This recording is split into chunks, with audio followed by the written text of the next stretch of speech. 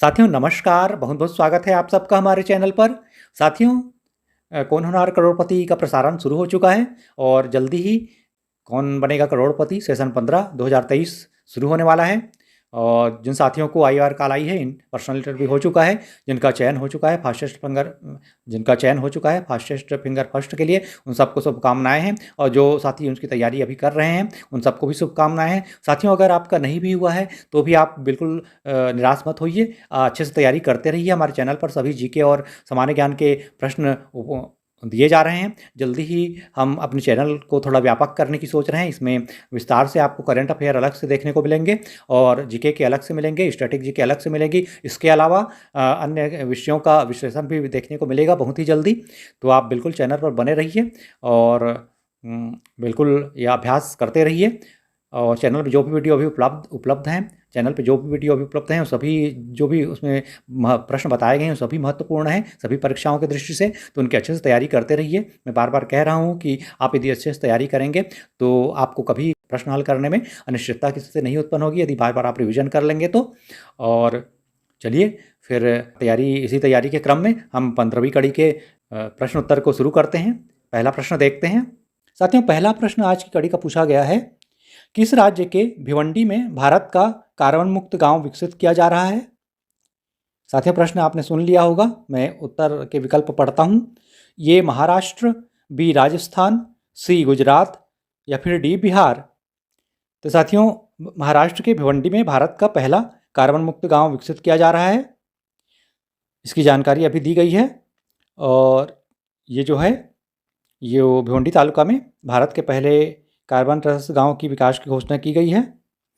यहाँ पे जो बिजली का उत्पादन होगा उसमें जो कार्बन युक्त पदार्थों का उपयोग बिल्कुल भी नहीं होगा। जो जीवाश्म पदार्थ हैं जिसमें जो कार्बन से संबंधित हैं, इसमें या तो ये आपके जो पवन है, सौर है या परमाणु जैसे स्वच्छ ऊर्जा स्रोतों का उपयोग किया जाएगा।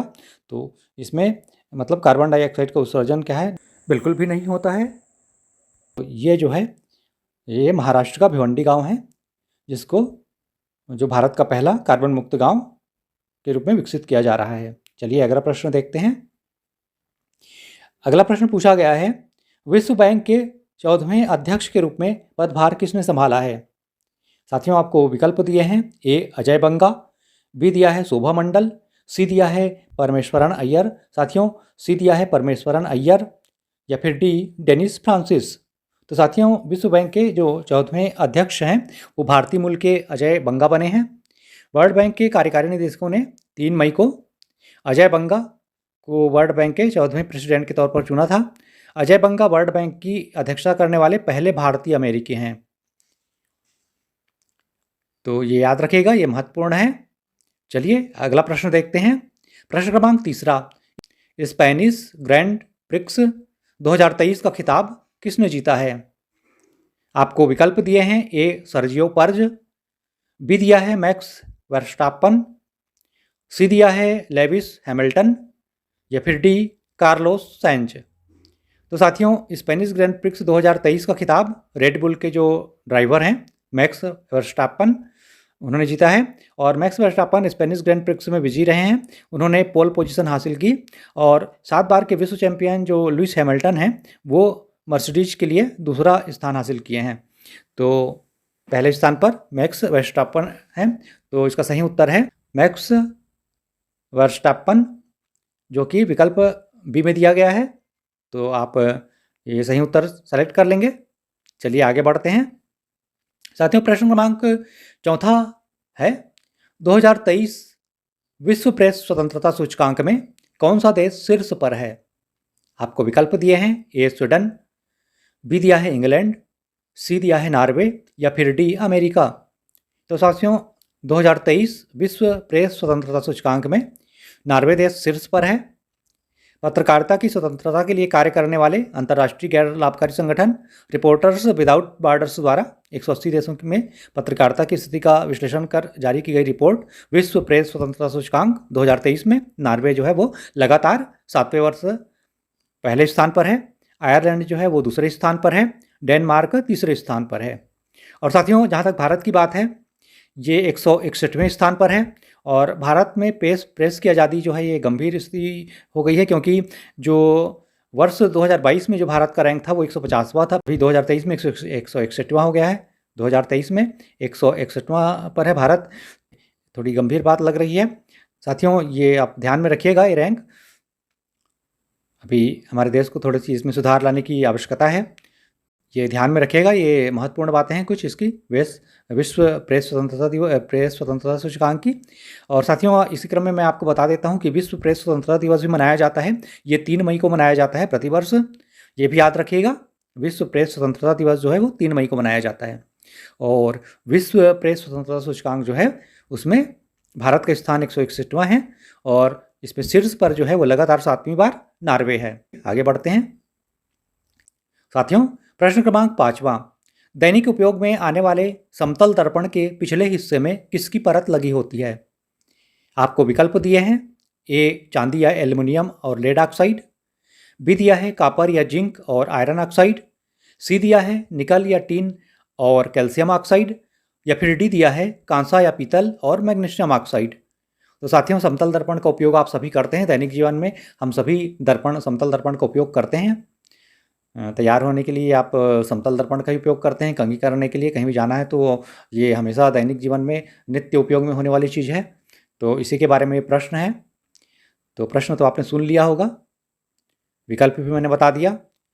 चलिए इसके बारे में चर्चा करते हैं। चलिए इसके बारे में थोड़ा सा बताता हूँ मैं। तो ये जो साथियों, ये सिल्वरिंग नामक प्रक्रिया में चांदी या एल्युमिनियम की सतह जैसी कुछ अत्यधिक परावर्तक और पॉलिश की गई सतह का उपयोग करके एक समतल दर्पण जो है बनाया जाता है।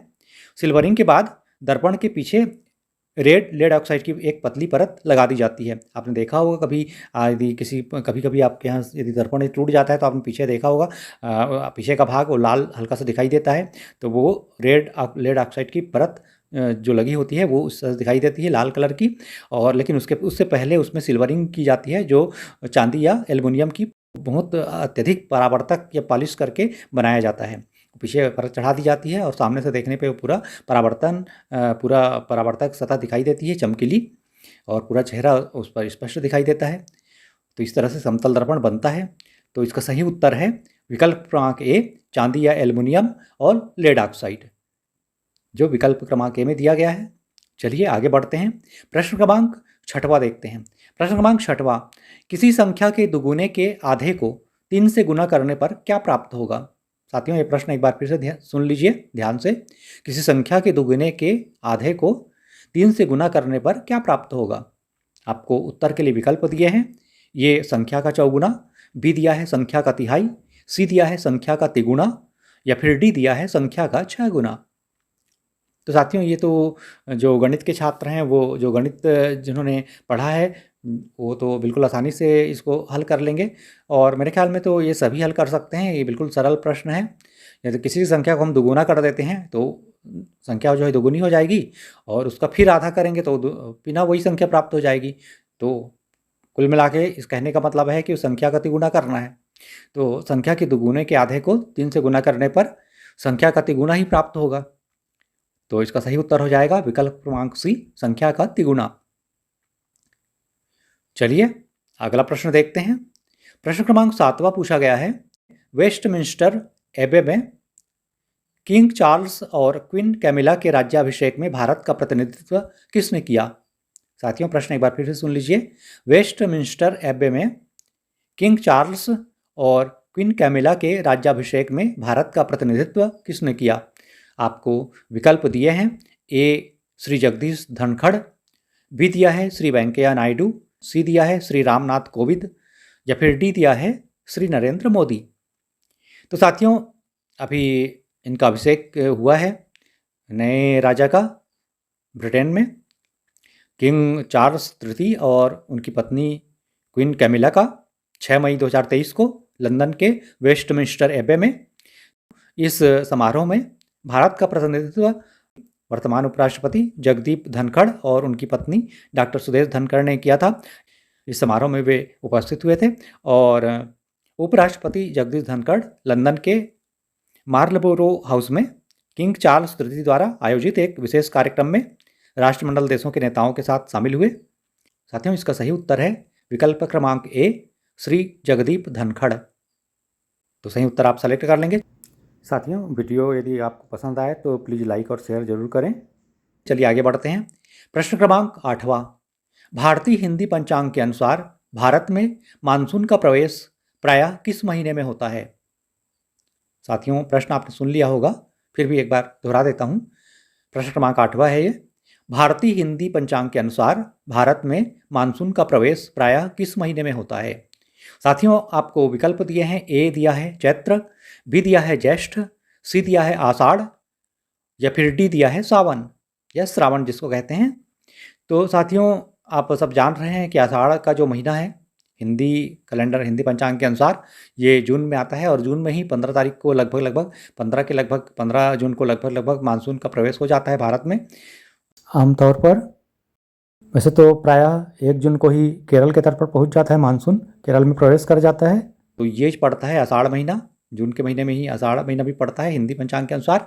तो एक इसका सही उत्तर होगा आषाढ़ माह, जो कि ये चौथा महीना है हिंदू कैलेंडर के अनुसार। इसका जो प्रथम महीना होता है हिंदू कैलेंडर का चैत्र होता है। चैत्र इसका प्रथम माह होता है हिंदू कैलेंडर का, और उसके बाद आता है वैशाख, उसके बाद ज्येष्ठ, उसके बाद आषाढ़ जो कि चौथा महीना होता है। तो इसका सही उत्तर हो गया विकल्प क्रमांक सी आषाढ़। सही उत्तर आप सेलेक्ट कर लेंगे। चलिए आगे बढ़ते हैं। प्रश्न क्रमांक 9वां पूछा गया है। हृदय से शरीर की ओर रक्त ले जाने वाली रक्त वाहिनियों को क्या कहा जाता है? साथियों, प्रश्न ध्यान से सुनिए। हृदय से शरीर की ओर रक्त ले जाने वाली रक्त वाहिनियों को क्या कहा जाता है? आपको विकल्प दिए हैं। ए केशिका, बी दिया है सिरा, सी दिया है धमनी, या फिर डी दिया है जॉइंट।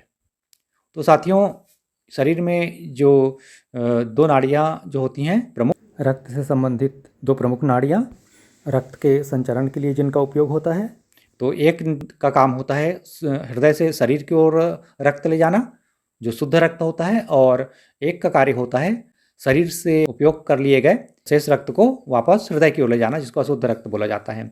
वृक्क या गुर्दे के द्वारा शुद्ध किया जाता है। तो साथियों, इसमें जो शुद्ध रक्त जो ले जाने वाली रक्त वाहिनियाँ होती हैं वो धमनी कहलाती हैं। यानी हृदय से शरीर की ओर शुद्ध रक्त ले जाने वाली रक्त वाहिनियों को धमनी कहा जाता है, और अशुद्ध रक्त को शरीर से हृदय की ओर ले जाने वाली रक्त वाहिनियों को सिरा कहते हैं। तो साथियों, इसका सही उत्तर हो जाएगा धमनी, विकल्प क्रमांक सी, क्योंकि इसमें पूछा गया है हृदय से शरीर की ओर शुद्ध रक्त ले जाने वाली रक्त वाहिनियों को क्या कहा जाता है, यानी उनको धमनी कहा जाता है। तो ये ध्यान में रखिएगा, प्रश्न महत्वपूर्ण है, पूछा जा सकता है। चलिए अगला प्रश्न देखते हैं। प्रश्न क्रमांक 10वां पूछा गया है। पौराणिक कथाओं के अनुसार भगवान राम का जन्म किस युग में हुआ? साथियों, आपको विकल्प दिए हैं। ए सतयुग, बी त्रेता युग, सी द्वापर युग, या फिर डी कलयुग। तो साथियों, ये 4 युग क्रम से आते हैं। पहला होता है सतयुग, दूसरा होता है त्रेता युग, तीसरा होता है द्वापर युग, और चौथा आता है जिस पर हम लोगों का जन्म हुआ है, ये कलयुग है। तो ये अभी कलयुग चल रहा है, वर्तमान जो समय है वो कलयुग का समय है, ये कलयुग है। लेकिन सबसे पहले जो शुरू होता है वो सतयुग होता है। ये क्रम से चारों युग परिवर्तित होते रहते हैं। कलयुग के बाद फिर से सतयुग आएगा, फिर उसके बाद त्रेता युग, उसके बाद द्वापर युग। तो साथियों, ये 4 युग होते हैं। तो भगवान श्री राम जी का जो जन्म हुआ था वो त्रेता युग में हुआ था, महाराज दशरथ के यहाँ। ये सरयू नदी के किनारे जो अयोध्या नामक नगरी है, जहाँ पे अभी बहुत ही चर्चित रही है अयोध्या नगरी, अभी वहाँ विकास कार्य चल रहा है और रामलला जी का मंदिर बनाया जा रहा है भव्य। तो आप सबको बधाई है इसके लिए। तो इसका सही उत्तर है त्रेता युग। भगवान श्री राम जी का जन्म त्रेता युग में हुआ था। साथियों, मैं ये भी बता देता हूँ कि द्वापर युग में जो हुआ था वो भगवान श्री कृष्ण जी का जन्म हुआ था। भगवान श्री कृष्ण जी का जन्म द्वापर युग में हुआ था, और भगवान श्री राम जी का जन्म त्रेता युग में हुआ। तो चलिए, इसका सही उत्तर आप सब अब समझ गए होंगे, आपको कन्फर्म हो गया होगा। तो भगवान श्री राम जी का जन्म त्रेता युग में हुआ था, विकल्प क्रमांक बी। चलिए ये देखिए साथियों, आपका ये 10 प्रश्न, आज के जो महत्वपूर्ण प्रश्न हैं, ये सभी कंप्लीट हो गए हैं। ये हमने बता दिए 10 प्रश्नों के, महत्वपूर्ण प्रश्नों के उत्तर, और आशा है आपको ये प्रश्न अच्छे लगे होंगे। यदि आपको वीडियो पसंद आई है तो ज़रूर से लाइक और शेयर करें, और साथियों सब्सक्राइब अगर नहीं किए हैं तो कर लीजिएगा, और वीडियो को लाइक और शेयर अवश्य करें। 10 प्रश्न, महत्वपूर्ण प्रश्न इस कड़ी में देखे हमने, 15वीं कड़ी में, और बहुत ही जल्दी अब 16वीं कड़ी में आपसे मुलाकात होगी बहुत ही महत्वपूर्ण प्रश्नों के सही उत्तर के साथ। तो चलिए तब तक के लिए अनुमति दीजिए। और साथियों एक चीज़ मैं बता देता हूँ कि ये जो पिछले जो वीडियो में जो प्रश्न दिए गए हैं वो भी आप देख लीजिएगा, सभी महत्वपूर्ण हैं। आपको ये कौन होना है करोड़पति में भी काम आएंगे और कौन बनेगा करोड़पति केबीसी 2023 में भी काम आने वाले हैं। और साथ ही यदि आप प्रतियोगी परीक्षा की तैयारी कर रहे हैं या नौकरी या जॉब की या एंट्रेंस एग्जाम दिला रहे हैं तो हर परीक्षा में ये सामान्य ज्ञान के प्रश्न पूछे जाते हैं, तो ये सभी के लिए समान रूप से उपयोगी हैं। तो ये बिल्कुल ध्यान से देखा कीजिएगा और रिविज़न हमेशा करते रहिएगा। चाहें तो नोट्स बना सकते हैं। तो चलिए फिर मिलते हैं अगले वीडियो में। बहुत बहुत धन्यवाद आप सबका वीडियो में बने रहने के लिए। Thank you for watching.